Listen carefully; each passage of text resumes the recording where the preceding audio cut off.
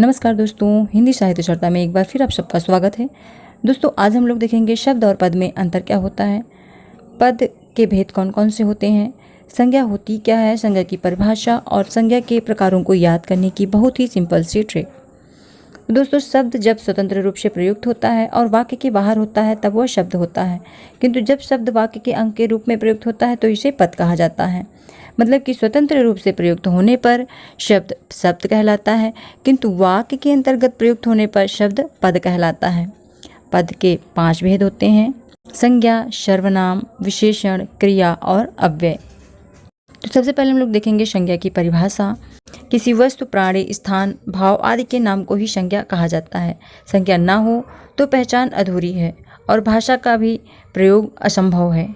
मुख्य रूप से संज्ञा के 3 प्रकार होते हैं: व्यक्तिवाचक संज्ञा, जातिवाचक संज्ञा और भाववाचक संज्ञा। व्यक्तिवाचक संज्ञा जिस संज्ञा से किसी एक ही व्यक्ति, वस्तु, स्थान, पदार्थ का बोध हो उसे व्यक्तिवाचक संज्ञा कहते हैं। जैसे मोहन, यमुना, वाराणसी, ये व्यक्तिवाचक संज्ञा के अंतर्गत आते हैं। दोस्तों, नेक्स्ट प्रकार है जातिवाचक संज्ञा। जो संज्ञा किसी जाति या समूह का बोध कराती है उसे जातिवाचक संज्ञा कहते हैं। जैसे नदी, पर्वत, लड़की इत्यादि। नदी जातिवाचक संज्ञा है क्योंकि यह सभी नदियों का बोध कराती है, किंतु गंगा एक विशेष नदी का नाम है, इसलिए दोस्तों यह व्यक्तिवाचक संज्ञा होगी। गंगा व्यक्तिवाचक संज्ञा होगी किंतु नदी जातिवाचक संज्ञा होगी। जातिवाचक संज्ञा के 2 भेद होते हैं: द्रव्यवाचक संज्ञा और समूहवाचक संज्ञा। द्रव्यवाचक संज्ञा जिस संज्ञा से उस सामग्री या पदार्थ का बोध होता है जिससे कोई वस्तु बनी है या माप तौल वाली वस्तु का बोध हो, उसकी द्रव्यवाचक संज्ञा होती है। जैसे सोना, चांदी, तांबा, लोहा इत्यादि। ये सभी द्रव्यवाचक संज्ञा के अंतर्गत आते हैं क्योंकि ये धातुएं हैं और ये पदार्थ के अंतर्गत आती हैं। नेक्स्ट है समूहवाचक संज्ञा। जिस संज्ञा से किसी व्यक्ति या समूह का या समुदाय का बोध हो वहाँ पर समूहवाचक संज्ञा होती है। जैसे सभा, समिति, आयोग, परिवार, पुलिस, सेना, वर्ग, टीम इत्यादि।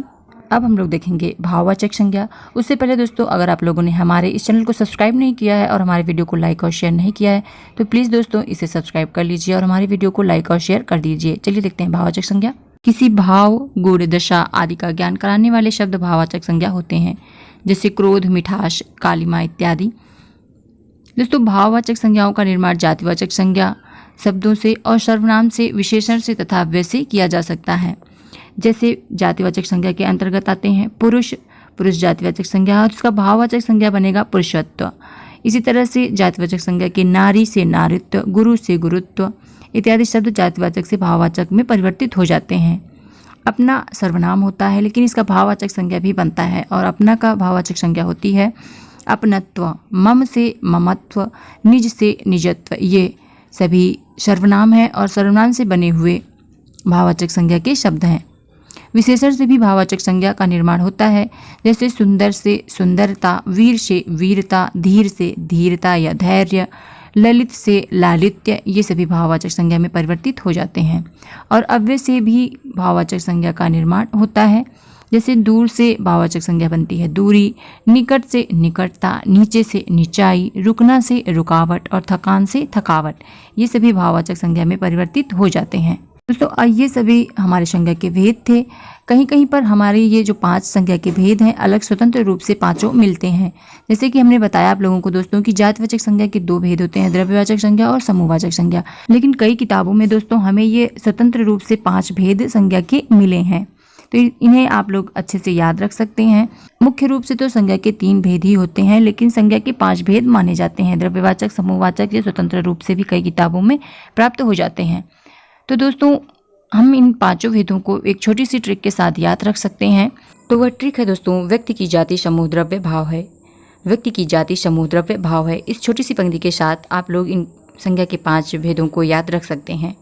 व्यक्ति से हो जाएगा व्यक्तिवाचक संज्ञा, की का कोई अर्थ नहीं होगा। जाति से जातिवाचक संज्ञा, समूह से समूहवाचक संज्ञा, द्रव्य से द्रव्यवाचक संज्ञा और भाव से भाववाचक संज्ञा। तो व्यक्ति की जाति, समूह, द्रव्य, भाव से आप लोग संज्ञा के 5 प्रकार याद रख सकते हैं। तो दोस्तों अगर आप लोगों ने हमारे इस चैनल को अभी तक सब्सक्राइब नहीं किया और हमारे वीडियो को लाइक और शेयर नहीं किया है तो प्लीज़ दोस्तों इसे लाइक और शेयर कर दीजिए और हमारे चैनल हिंदी साहित्य चर्चा को सब्सक्राइब कर लीजिए और बेल आइकन दबा दीजिए ताकि मैं जब भी वीडियो अपलोड करूँ उसका नोटिफिकेशन आप लोगों तक पहुँच सके और आप लोग उसे सबसे पहले देख सकें। बस दोस्तों आज के वीडियो में इतना ही, जल्दी मिलेंगे अपने नेक्स्ट वीडियो में, तब तक के लिए नमस्कार दोस्तों।